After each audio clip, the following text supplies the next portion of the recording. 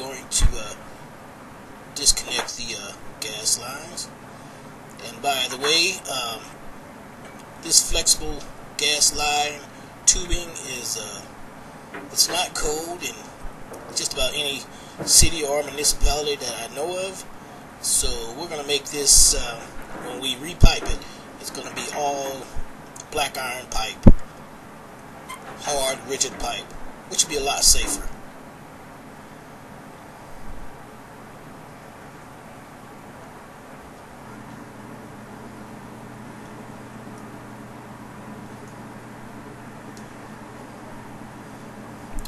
Okay, we've disconnected everything, and now we have the hot water heater removed, and now we can kind of get to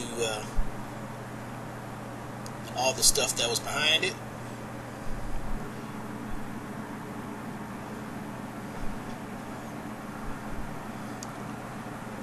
In most cases, when you do have a hot water heater that's in the utility room, usually it's pretty much of a tight squeeze, and this is an older home.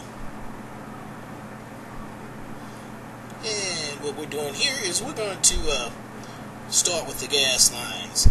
And what I like to do in a situation like this is we have to run some of the gas lines in the back and extend it out through the front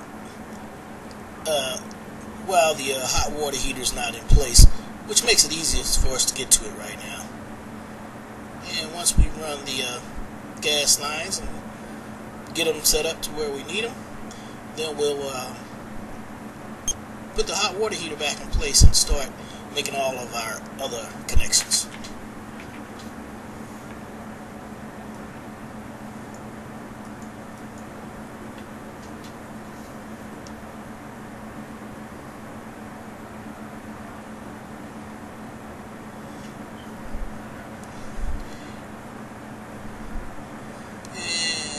Course, what we're doing here is putting the pipe dope on the pipe, and this is Teflon pipe dope.